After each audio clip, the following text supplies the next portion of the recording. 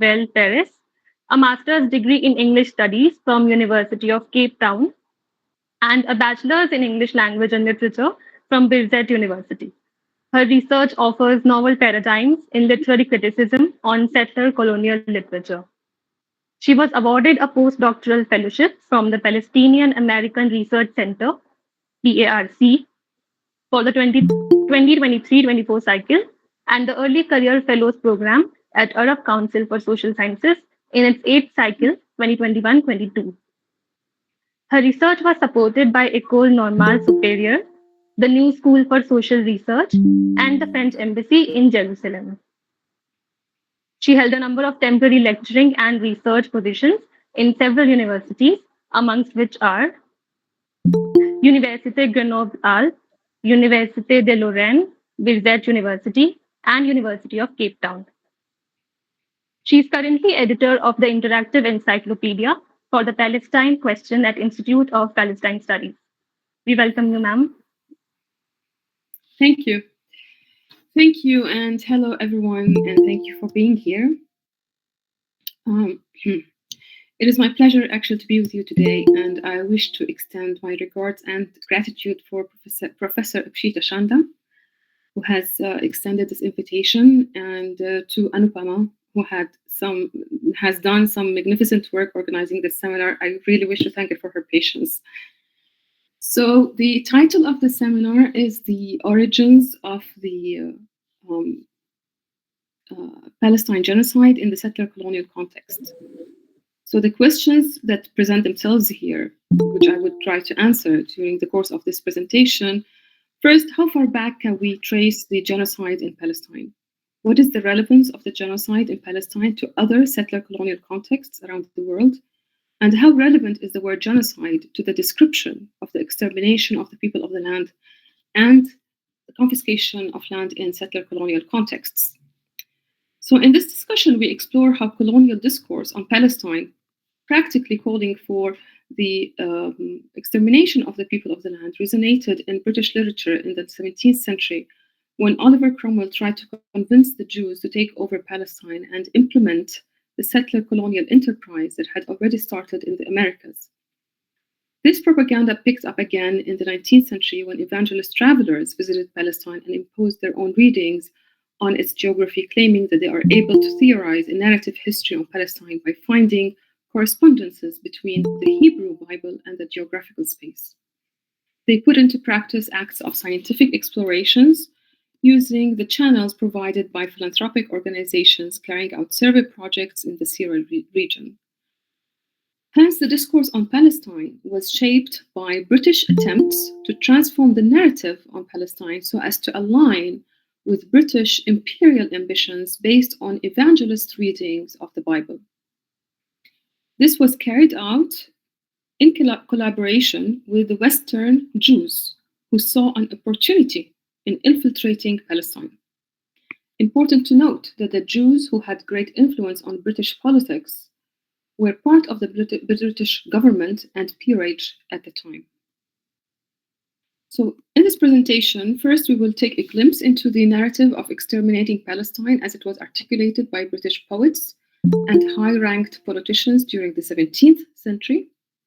In this context, we explore the relevance of the Palestine settler colonial condition to that of Ireland and what we refer to today as the America. Second, we look at how evangelist discourse shaped the narrative on Palestine.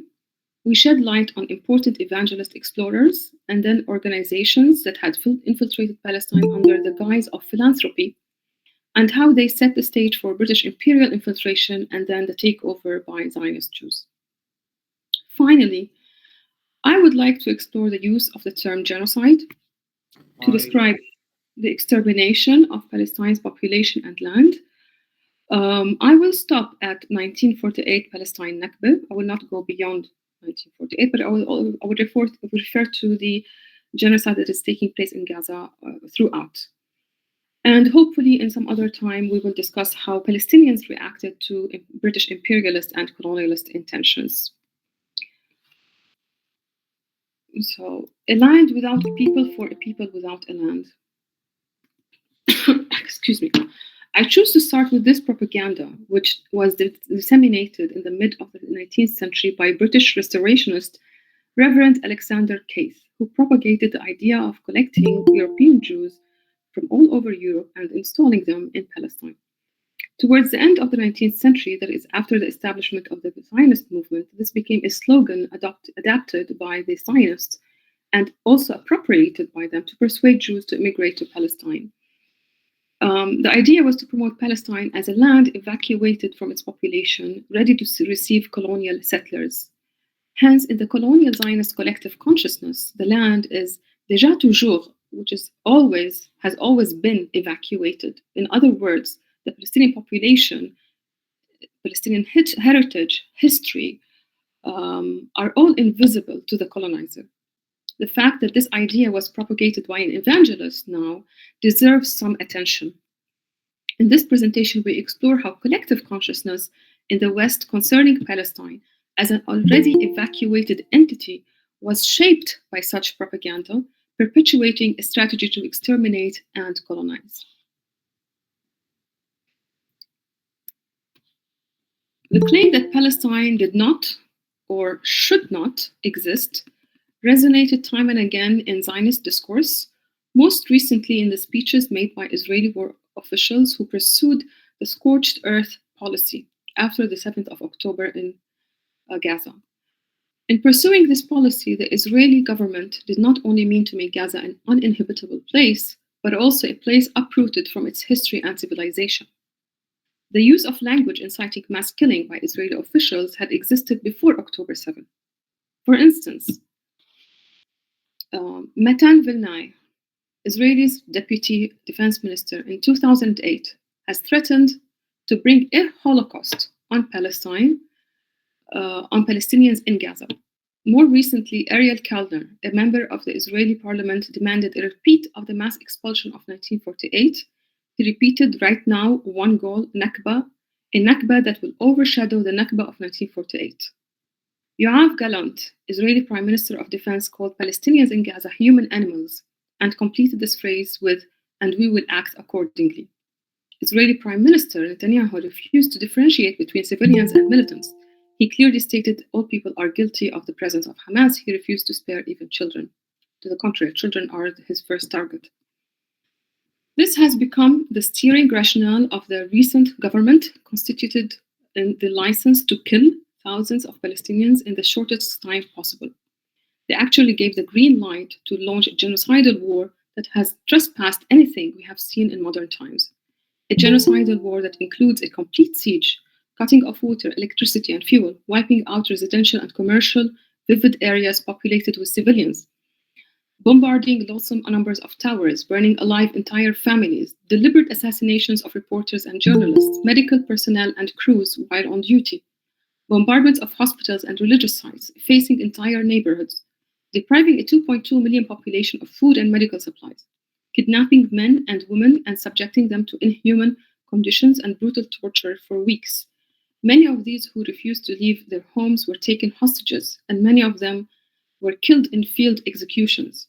The genocide has culminated in the threat of dispossession and wiping out of entire towns and villages in the Strip.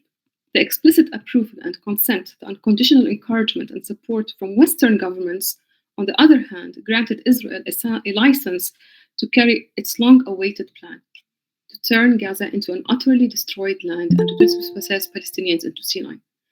Considering that 70% of martyrs are women and children, with thousands left amputated, dispossessed, and without families, it is becoming more and more obvious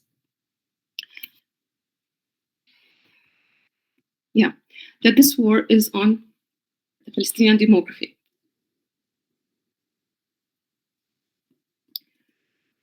The guiding principle, the primary and most crucial logic of settler colonialism, is manifested in the elimination of the people of the land. So the demolition of the landscape, theft, and dispossession, as Patrick Wolf contends, is the primary motive for elimination. Therefore, it is not race, it is not religion, it is not ethnicity or grade of civilization, but access to territory. Territoriality is settler colonialism's specific, irreducible element, he says. So, two principles we will be looking at in the discourse of the evangelists now. We come now to our first question. How far back can we trace the origin of the extermination of Palestine in modern history? The call for the extermination of the people of Palestine resonated in the discourse that accompanied the British colonial campaigns in Ireland and America during the 17th century. To be more precise, during the reign of Oliver Cromwell. I want to highlight that I am only referring here to the settler colonial paradigm, meaning that I am not discussing the relation that Britain had with Palestine before that. Okay, because we had other genocides that were taking place that were carried out by the British, but not within this paradigm. So Cromwell did three crucial acts. Okay. Cromwell launched a genocidal war in Ireland after the Parliament of Westminster issued the Act of Settlement in 1652. The Act gave Cromwell the authority to confiscate land from Catholic Irish from the Catholic Irish in order to give it to the Protestant English settlers. The Irish resistance, supported by a strong Irish community, carried out a forceful confrontation against Cromwell's army. However, Cromwell brought 12,000 soldiers and an entire train carrying weapons. He carried out one of the bloodiest genocidal wars in modern history. Between 618,000 to 1.5 million Irish were killed because of the war and the famine. Technically, the Irish population was diminished to 41%, and the majority of land was confiscated. Any Irish who was involved in supporting the resistance lost land and property. After the genocidal war on the people of Ireland and the confiscation of land, Cromwell turned his eyes towards what we call today America. The Puritans had already established colonies, but they were relatively new. So Cromwell considered the victory of defeating the Irish resistance and the colonization of England to be a victory from God. The ambitions of the Puritan British colonizers in America were articulated in the epic poem of John Milton, Paradise Lost, and we will extensively look at this as we demonstrate the driving rationale behind the colonial campaign and how Palestine featured as a colonial project from when the British colonized America and launched the wars for extermination against its people. The second thing that Cromwell did was the restoration of the Jews in England. Cromwell invited the Jews back into England after they were expelled by King Edward II. Cromwell became very fond of his achievements in Ireland and America, but at the same time, he paid a heavy price. He wanted to compensate for his loss by asking the Jews to carry out a colonial campaign in Palestine. He referred to this campaign as the restoration of the Jews in Palestine. The third thing that Cromwell did and was very significant was the Hebraization, which is giving Hebrew identity to the Christian faith. Basically, it revolved around restoring the Old Testament, particularly the notion of the Promised Land. Important to note here that Christians consider the notion of the Promised Land as obsolete since the crucifixion of the Christ. Cromwell, to the contrary, he vigorously imposed the Calvinist faith. The Calvinists believed that they had been chosen by God, so the idea of the chosen people. They've been chosen by God to take charge of the nation and to enforce religious order. Cromwell did not only restore the notion of the chosen people, he also Hebraized Christian rituals. For instance, the Calvinist church gave Hebrew names to its members when they were baptized. Church service was to be held on Saturday and not on Sunday, and so on and so forth. Cromwell imposed this faith on the British population. He decreed that women dress conservatively, banned colorful dresses. He made it compulsory for women to wear long black dresses that covered their bodies from head to toe. Cromwell closed down theaters and prohibited religious celebrations on grounds that such events distract people from practicing their faith. Plus, praying at church became mandatory.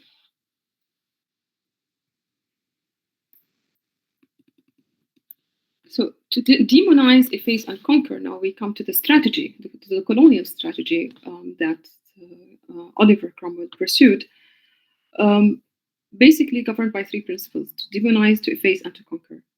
This is the guiding principle that applies time and again in settler colonial contexts.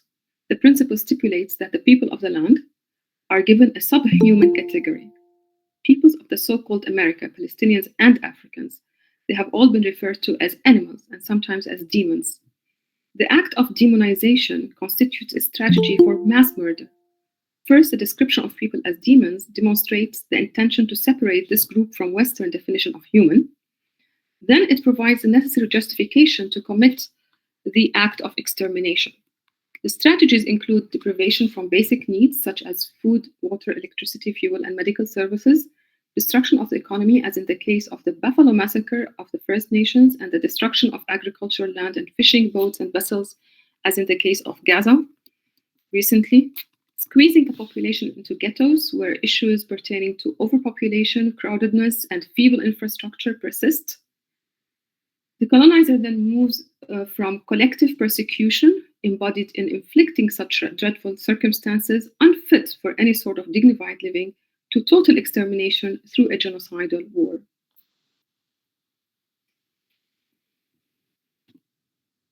The strategy to annihilate the indigenous, and here I use the term people of the land instead of indigenous, and we can discuss this later.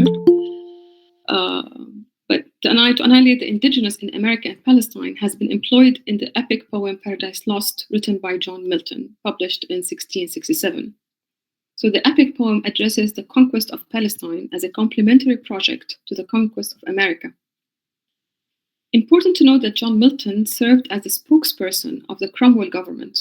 He helped polish Cromwell's image and rallied support for the Puritan movement. Milton was appointed Secretary for Foreign Affairs, or Foreign Tongues, a government post tasked with handling diplomatic correspondence, which allowed Milton to analyze closely any measures taken by Cromwell and the ideological movements that were prominent at the time. Now, the poem Paradise Lost is a literary epic written in the 17th century about Adam and Eve's disobedience to the word of God, followed by their exodus from paradise and then the fall of Satan and his followers into the deep dungeons of the Inferno.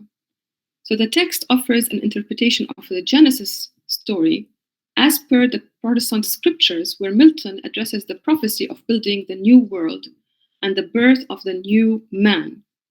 But first, the old civilization must be wiped out in order for the new to emerge. So Adam and Eve are the founders of the new world. In the poem, the archangel Michael explains to Adam, the father of Abraham, in the poem, the duty of his descendants who will inherit the promised land. So Adam and Eve, and here I will only discuss book 12, represent the British colonizers who are on a mission to restore the Garden of Eden in the colonies. The text speaks of three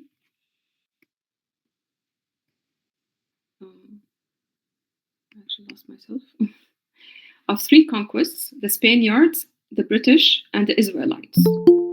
The text also represents the civilizations in the America and Palestine prior to the colonial area as primitive, violent, and demonic. So America, for instance, is described as the Inferno. Palestine, which is referred to as the land of Canaan, is described as the land where the idols, false gods, and Satan are worshipped. Hence, the task assigned to the new man and Adam and his descendants is to cleanse the land of older creatures. In other words, to wipe out all traces of previous civilization through extermination and destruction under the pretext that these civilizations, whether in the Americas or Palestine, are a metaphor of a damned land. The people of the land in America, for instance, were referred to as monstrous creatures. They are also confused with the Spaniard colonizers, whom the British regarded as devilish, causing massive destructions. The conquest of Palestine, on the other hand, is represented as salvation and a return to the word of God, which will allow goodness to reign after an era of corruption and destruction.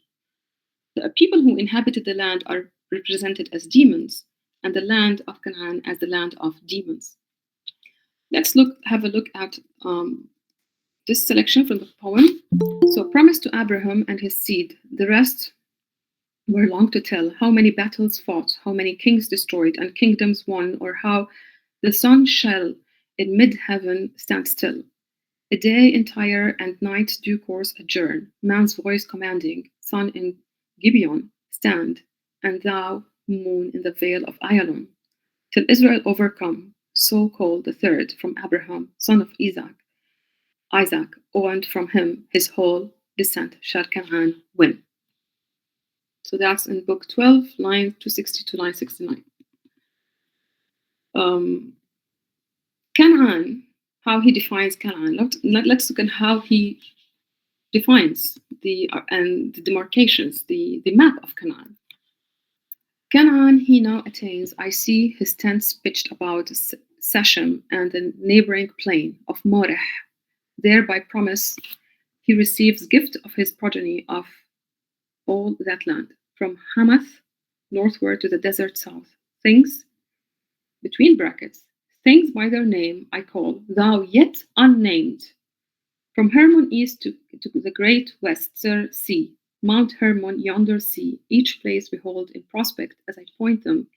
On the shore, Mount Carmel, here the double-founted stream, Jordan, true limit eastward, but his sons shall dwell to the near that long bridge of hills, this ponder that all nations of earth shall in his seed blessed. By that seed is meant thy great deliverer, who shall bruise the serpent's head, whereof to the Anon plainlier shall be revealed. So, in the first selection, the conquest is represented as the inheritance of a land after successive destructive battles. The reference in the poem to kingdoms, for instance, alludes to the civilizations destroyed by the military force. In the second selection, we see reference to places, and it's interesting that he keeps between brackets that these places are unnamed, when these places not only had names, also had history that extended long before Christ, and it had a history that is, and a civilization that just like any other place in the world. So these names are land of Canaan, for instance, refers to Palestine, Sichem or Tiberia, Moreh, Lower Galilee, Mount Hermon or Jabal al-Sheikh, Hamath or Hama in Syria, and Mount Carmel in Haifa. So we see that the demarcations here he's talking about is like part of Jordan, part of Syria, part of Lebanon, south part of Lebanon, and the mid to north part of Palestine. Palestinian writer Emil Habibi, in Khtiya, which he published in 1985, describes the practice of changing the toponymy of the land in order to fit the Zionist narrative. He details how evidence was planted in order to make the Zionization of the landscape appear as if it has already been there. The named locations define the path for an expanding colony. So in this context, the Israelites' conquest Angel Michael, the messenger and the prophet in the text, voices colonial aspirations, calling for the Israelites to complete the mission that has already started in the Americas. So colonial schemes take on the form of religious prophecy. The arrival of the colonialists is very much linked to the disappearance of the original population. The prophecy is then a colonial imperative, the order of making the people of the land invisible so that the descendants of Abraham, the new inhabitants, inherit an empty land. In reality, however, we know that Palestinians were massacred and dispossessed, their villages eradicated, and their land emptied. The prophecy here demonstrates the power of fiction in dictating an imagined reality, but at the same time making it appear as if it is truthful. The point here is to absolve the colonialists from their crimes and massacres, for instead of murdering an entire population, the nation is already born dead.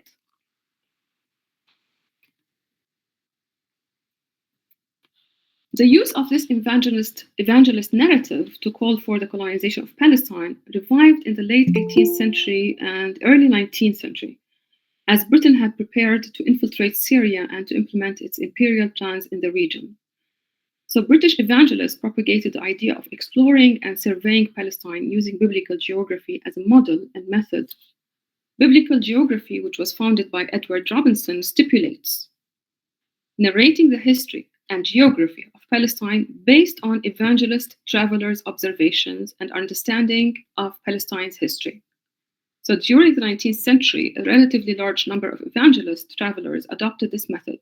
The point was to find a common narrative that brings the Hebrew people closer to the evangelists.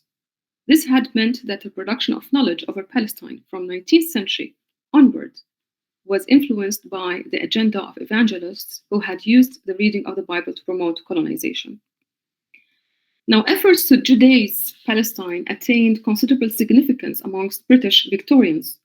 Mid-19th century British evangelist figures who were from the British peerage or close to it circle published texts describing the physical geography of Palestine from an evangelist, Orientalist perspective. For instance, the book titled Sinai and Palestine in Connection with Their History by Arthur Stanley, Dean of Westminster Abbey. Stanley used the personal efforts of George Grove, who knew Hebrew, to provide Hebrew names to the locations mentioned in the book and to create an index. The book became a Victorian bestseller in 1856. John Quito's work on the physical geography of Palestine became a reference to scientists and explorers, despite the fact that Quito had designed these boundaries based on his personal reading of the Bible and some observation of space. Lawrence Oliphant, on the other hand, created a manual for the Jewish colonization of Palestine. And if you see here the dedication, this is the dedication of the land of Gilead, where he dedicates this book to Princess Christian, Princess of Great Britain and Ireland, as a mark of deep gratitude for the warm sympathy and cordial interest manifested by Her Royal Highness in the author's efforts to promote Jewish colonization in Palestine. So that was his introduction, or that was his dedication to the book that he published in 1881, The Land of Gilead, which is a manual, technically a manual of the Levant, describing topography, communities, landscapes, religious landmarks, monasteries, Arab costumes, and rivalries between Bedouins and villagers, etc. He focused on studying Christian minorities, Druze and Shiites, wedding festivities and social costumes, archaeological sites and ruins. He presented Palestine as a colonial point from which colonialists could expand into the rest of the region. Oliphant rallied support for his project. He wrote a detailed proposal. This was the first proposal that was submitted to the High Court of the Ottoman Empire, which was eventually rejected. Technically, the Ottomans answered that this would be creating a government within a government, and that is not acceptable. So Oliphant then changed his strategy, and this he explicitly says in his book. We have to change this strategy by promoting the colonial project as a way to offer the Jews a haven from persecution. Oliphant called for performing archaeological excavations, hoping that there will be evidence to support his claims of a Jewish presence on the land.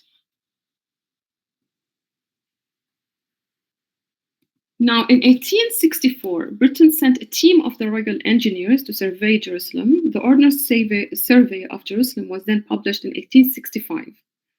Their success in surveying Jerusalem encouraged them to explore the rest of Palestine using the same method. Hence, the Palestine Exploration Fund was established, and it carried out excavations in Palestine. The objective behind these explorations was to study the flora and fauna, the nature of the society, but more importantly, to find material that corresponds to Jewish history as laid out by Flavius Josephus. The first mission of the engineers that were sent by the Palestine Exploration Fund was to investigate the Jewish temple under the Haram al-Sharif complex. Excavations under the Haram were carried out in spite of the Ottoman ban. The results that engineer Charles Warren, who was responsible for this mission, the result that he came up with did not satisfy the donors of this fund, the exploration fund. Basically, he stressed that the temple cannot be located at the southwest side of the Haram. This had led to the termination of the contract, and the mission was taken on by Kitchener, H.H. Kitchener, and Claude Condor. Important to note here that the Royal Engineers reported to the War Office, not to the Exploration Fund. The British intelligence in 1912 confiscated all material related to maps and cartography made by the Royal Engineers. It became also responsible for their publishing. It also made use of them in the wake of World War I to attack the Ottoman Empire. The war resulted with the British occupying Palestine and installing what became known as the British Mandate. Then we had the Palestinian Nakba in 1948. Of course, we had during the British Mandate, we had violent attacks by the Jewish gangsters who were organized by the Jewish immigrants who came on during 3 waves to Palestine before 1948. And the violence accumulated. The peak was in 1948, the Palestinian Nakba. Horrific massacres were committed during the Palestinian Nakba, where hundreds of Palestinians were murdered and thousands were dispossessed. Technically, 400 villages were wiped out, and the entire topography of the land was transformed to fit the Zionist narrative of the land. For precise information on how the villages were destroyed, I suggest you refer to the works of Salman Abu Sittah, Palestinian Nakba 1948, the Register of Depopulated Localities in Palestine, All That Remains by Walid Khaldi, and to Zofrot. And this is a website. So now we come to the towards the end. So in this presentation, we shed light on the origin of the racial exclusionary thought about Palestine that was present from the earliest Anglophone settler colonialism in early modernity. We illustrated how epistemic structure prepared the rhetoric for the extermination of Palestinians and the appropriation of land. We showed how the sense of cultural superiority was a constant of genocidal brutality, pointing out that it was not limited to Palestine, but preceded by many countries that were victims of settler colonialism since the 13th century. The wars of extermination associated with settler colonialism, if we consider the early colonial campaigns in Ireland in the 13th century and more recently in Palestine in the 21st century, lasted for 8 centuries, during which they claimed thousands of victims. However, the definition of genocide did not receive the attention of intellectuals until the 1940s, when jurist Raphael Lemkin formulated the definition of genocide. His definition, the crime of genocide should be recognized therein as a conspiracy to exterminate national, religious, or racial groups. The overt acts of such a conspiracy may consist of attacks against life, liberty, or property of members of such groups merely because of their affiliation with their groups.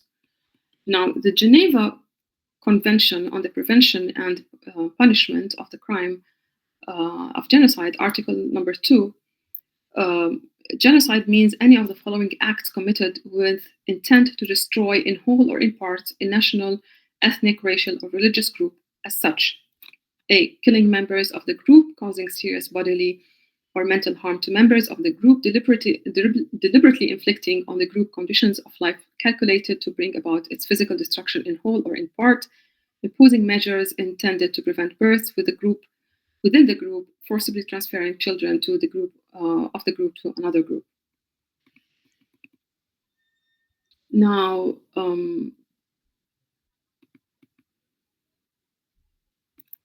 what is the problematics? What is the genocide in Palestine? Genocide basically here, according to these definitions, genocide targets a population, but the extermination of Palestine did not only target the population. We had different types of extermination. We had epistemicide, which is the killing and silencing and annihilation of or devaluing of a knowledge system pertaining to Palestine, hence the destruction of museums, destruction of ruins, anything that draws a connection between Palestine and the civilization it belongs to. Scholasticide, a term invented by Palestinian scholar Karma Nabulsi in 2008, describing the targeting and destruction of schools and universities. Basically, all schools and universities have been totally or partially destroyed in Gaza, for example. ecocide, annihilation of the ecology. And this is just an example. So the shortcomings of the use of the term genocide, one of them is that it only pays attention to the population, to the people, and then the definition confines the concept of genocide to the dichotomy of intent and commitment of crime, and it does not consider the historical specificity of genocide in the settler colonial context. Genocide is a structure. It is the accumulation of massacres and severe economic political losses and parliamentary laws that legitimize mass murder and land confiscation. The definitions of genocide we use today do not take into consideration that the people of the land or the indigenous are targeted for the mere fact that they are simply in a land targeted by colonization. Secondly, the narrative of extermination circulating in Western academic and non-academic circles is essentially Eurocentric. We should not forget that the definition of genocide was originally developed to describe the extermination of Europeans in the world wars, and is therefore not inclusive and does not qualify to represent the massacres of peoples victims of settler colonialism. Third thing, Palestine until today occupies very little space in settler colonial studies. A little has been done on racist discourse pertaining to the Palestinian tragedy. For instance, scholars pay little attention to the West's relentless attempt to demonize, distort, and misrepresent knowledge about Palestine in order to obliterate the Palestinian narrative. They overlook the history of colonial genocide in Palestine by first separating Palestine from its surrounding, and second, separating the history of Palestine from the history of global colonization. We should always keep in mind that the Zionist colonization emerged from Anglophone colonialism, and it is its ally until today. Thank you.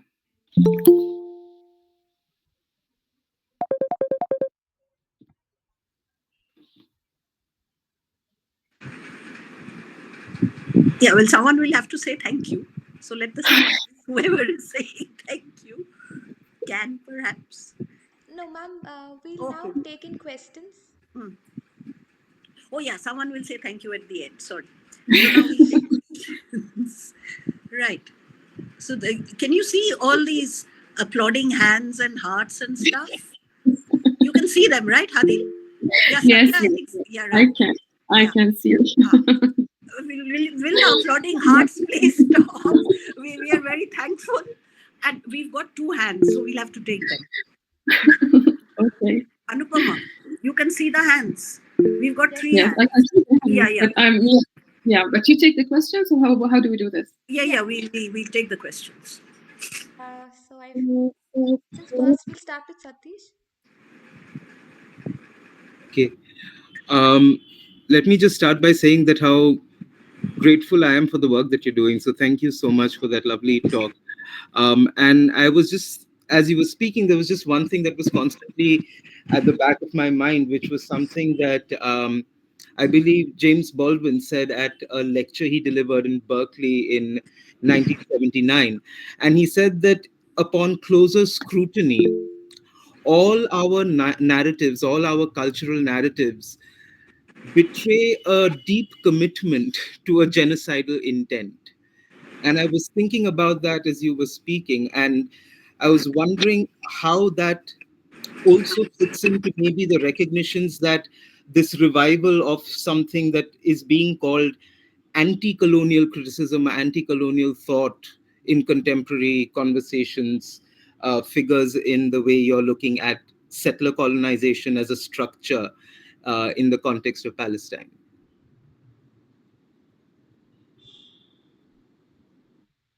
Yeah, we take more questions. Thank you, Satish, and happy to see you. You didn't see him, but yeah, I think we'll take a couple more questions. Yes. There's a question in the chat box. Did your research cover why there was a decision taken by Cromwell to Hebraize Christianity? Sorry. Where do I find it? Where do I find the question? It's in the chat box. Yes. It's in the chat box, yeah. Okay. Did your research cover why there was a decision taken by Cromwell to? Yeah. Okay.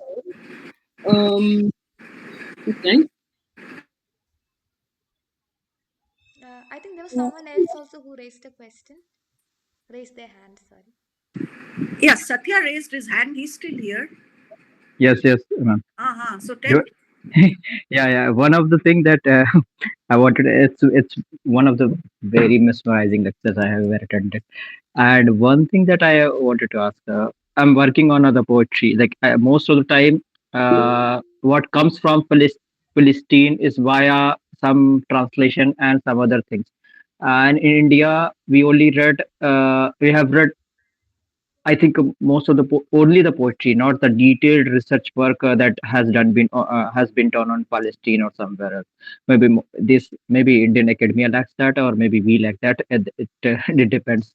But right now, can you suggest a few more research or articles that can be like it is most of the debatable content when where I teach or where I study. Most of the times, it is more about like as I'm not going to say that India takes it's a pro Israel or pro something, but it is the Indian mindset has become okay. This is going to be this like we have to take a side.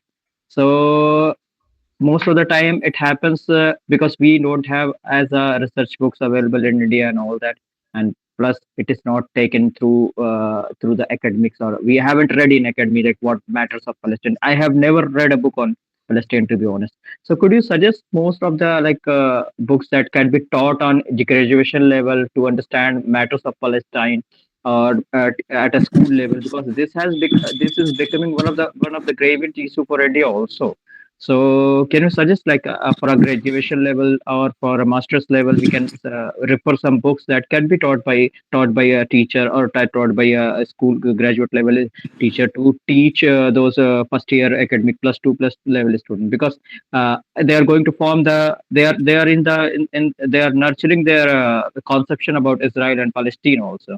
So I think as a teacher and as a student, I want to ask that question. This is Thank you. Ma'am, do we take more questions or Yes, we can take Yeah, one more. yeah. there's one by Shah? Shahid has We raised. have we have more than one, Hadil. We Yeah, have at Asina. least two that I can see. Yeah, yeah. Yeah. Okay, two. Yeah, we take two. Yeah. Yeah. Shahid. Okay. Okay. Thanks. Good afternoon. Good afternoon, colleagues, comrades. Good afternoon, Dr. Karkar, comrade. And I joined a bit late because I got a bit confused with the times. But nevertheless, what I got, I'm asking my question based on, towards, the latter part of your presentation. So it appears to me, especially on the role that European Western Christianity, and I emphasize Western Christianity, of course, is apart from Christianity in Palestine, which is not really, which is the home of Christianity, and the role that they played, and the Protestant contributions to that, towards creating and as you indicated, in line with biblical geography and claims, a home for Jews in occupied Palestine. So my question is this what appears to be, it appears to me at least, that this if you want, this religious racism seems in a particular way to precede what become the political racism of the hardcore colonial era. So, but of course, this is difficult because what is a religion really, and can one really make a very clear surgical distinction between what is called religion and uh, and and and politics? Nevertheless, it would appear to me that, like Lord Shaftesbury and others, who are very religious people, but who used, of course, their religion, whatever again the religion means in this case, for what would become the colonization of Palestine. So, like you just, my request, please, you just speak a little bit more to that. But I'm also asking this question because, especially outside of the home of Christianity, which is Palestine, Lebanon, all those places. In places like South Africa, where I am, and unfortunately, where Christian Zionism, is there. And for many Christians outside, Christians who would have, of course, received what Frantz Fanon calls the white man's Christianity, That Christianity doesn't call to serve God, but to serve the white church that calls you to serve the white men. Because I think there's this conversation is important. Being in South Africa, for example, where many so-called black churches, understand in Zionism that and I don't think it is very big, but it's still there nevertheless. And I think, people are becoming more aware, but nevertheless, who understand that they have to support this genocidal entity called Israel because the Bible says so. So it appears to me, how do we understand and how do we deal with, if you want, the symbiotic relationship, let's call it for now, between the religious wing of serving Zionism and this very that we see from the United Nations, the United States, and of course Western Europe. I've been speaking all over the place. I hope that makes sense to you, Professor Karkar. But speak to that. Thank you, comrade. Thank you, comrade. Thank you, Dr. Shahid.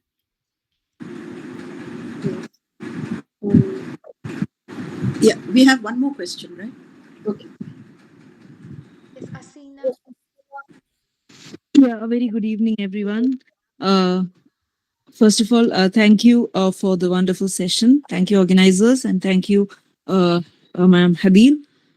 My question is regarding the concluding statement or kind of concluding part of the presentation, that is with regard to the position of Palestine in settler colonial studies. But ma'am, this is my question. Wouldn't it be too limiting if we simply tie it up with the settler colonial studies? Doesn't Palestine deserve more?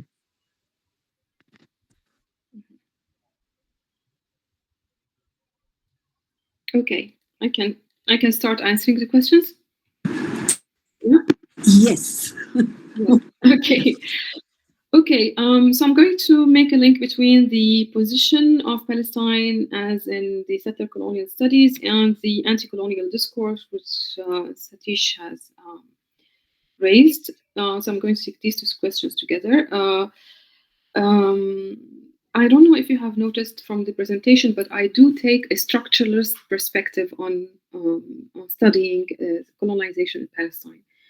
And when I say structuralist, here I am referring to the school of structuralism, taking into consideration history and building on, and not just history and literature, but also sociology, etc. So how does this bring together the question of settler colonialism? I think that settler colonialism as a type of colonization has not been tackled that much in academia.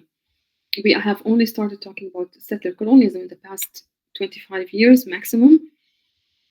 So I think there is a lot to be done in this field. Why would I think it is comprehensive? It is because it establishes the starting point of colonization, but then how colonization in Palestine, how the Zionist colonization in Palestine after 1948 manifested itself, how it unpacked, it all relates, it all goes back to the idea of extermination. It all goes back to the idea of land grab. It goes back to depopulation. So these two aspects are the guiding principles of this type of colonization. Now, you might ask me, what about apartheid? You have an apartheid in Palestine. If you think about apartheid in South Africa was also,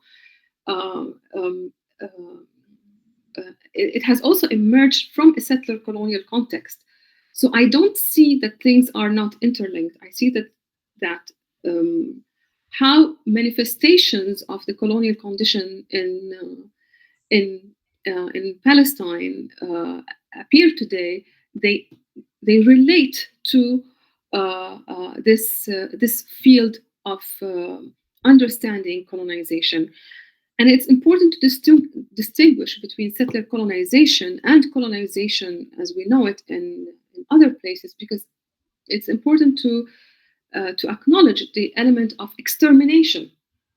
You had colonization where you had an administrative body running the the country, the resources, exploiting the resources, exploiting manpower, exploiting land. But not all colonial contexts had eradication of the entire population. So this is one aspect. Now, if you want to point out, this goes to Asina. If you want to point out specifically, what do you mean by does it do it justice or not? I would be happy to listen to you, take suggestions. But this is basically my position. Now, how anti-colonial discourse relates to this aspect, this is another topic that I wanted to leave for another time. But looking at how Palestinian anti-colonial literature, and here I want to be specific, tackled, for instance, the genocide, the extermination in Palestine, I would say it had been very prophetic, because since the 1920s, we had Palestinian Arab writers from Palestine and from the neighboring areas who were part of the Levant, who actually who wrote their poetry prophesizing the genocide, talked about the genocide from the minute they saw, or from the way they read Britain's strategies and the ambitions of the Zionist movement. How that unraveled later on, how that unpacked itself later on, you can check the work. And this is an answer to the person who asked about the Satyendra, I think, about what books can we read. Well, in literature, I'm not sure if they are translated, but Tuqan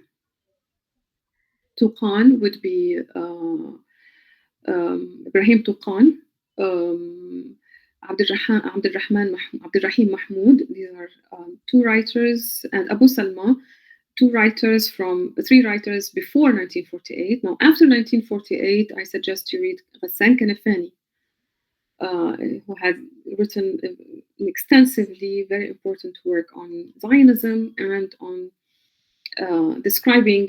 He wrote literature mainly and articles, but his literature really describes the daily life of the Nakba. It also describes the position on resistance. Of course, people know Mahmoud Darwish. You can read him as well. Emil Habibi, of course, if you want to take a look at a writer's work from within the Zionist colony, because he lived in 1948 areas, which is what we call today Israel, quote unquote Israel. There are many writers. You can, if you Google Palestine Studies, also if you check the work that the Institute of Palestine Studies has been doing extensive work on publishing articles on basically everything related to Palestinian catastrophe and from the catastrophe until today. Now, what strategy did Cromwell use why was Khadija's question? I think her question was on the why was the decision taken by Cromwell to Hebraize Christianity? Cromwell did not take the decision to Hebraize Christianity on his own. Cromwell followed the Calvinist faith, and the Calvinist faith was a Protestant faith. So if you want to understand Cromwell's ideological / religious position, you need to look at the Puritans movement, and then you need to look at the Protestant movement in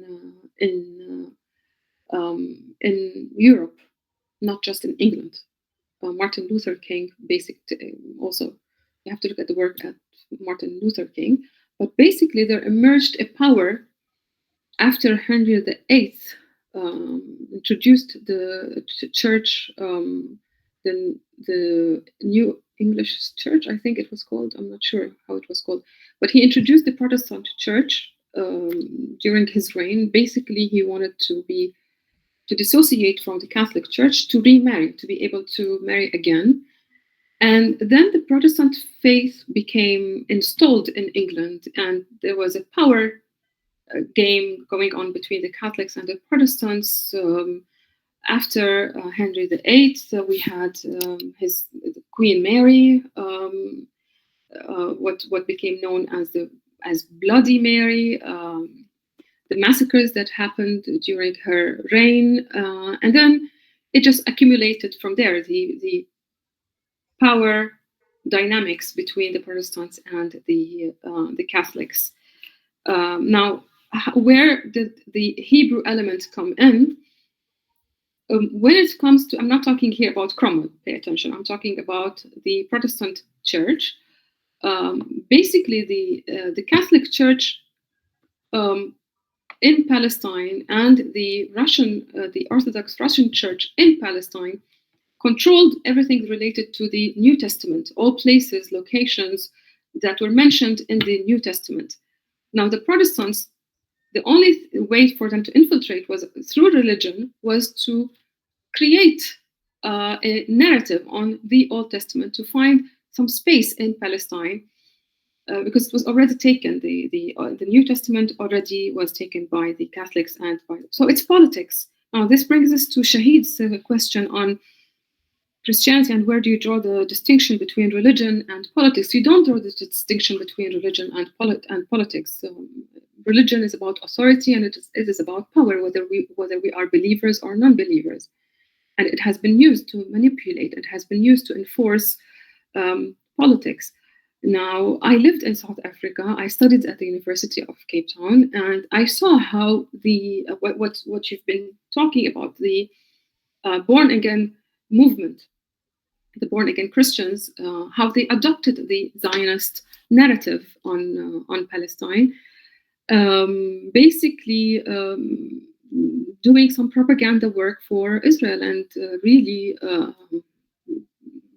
asking people to go to Israel and volunteer in the army and volunteer. Yes, it's a major issue. It's a major issue, especially when you see that many of South Africa's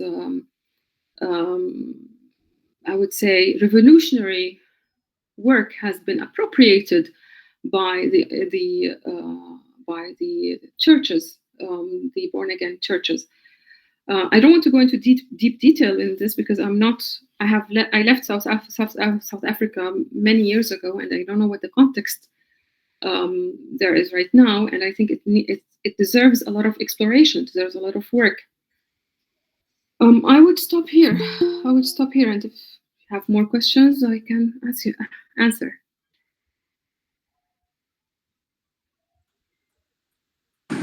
Yeah, I just wanted to add to that we are having you back again, right? Yeah, the second part No, you have to commit. will be next month, I think. Yeah. Next month. So, right.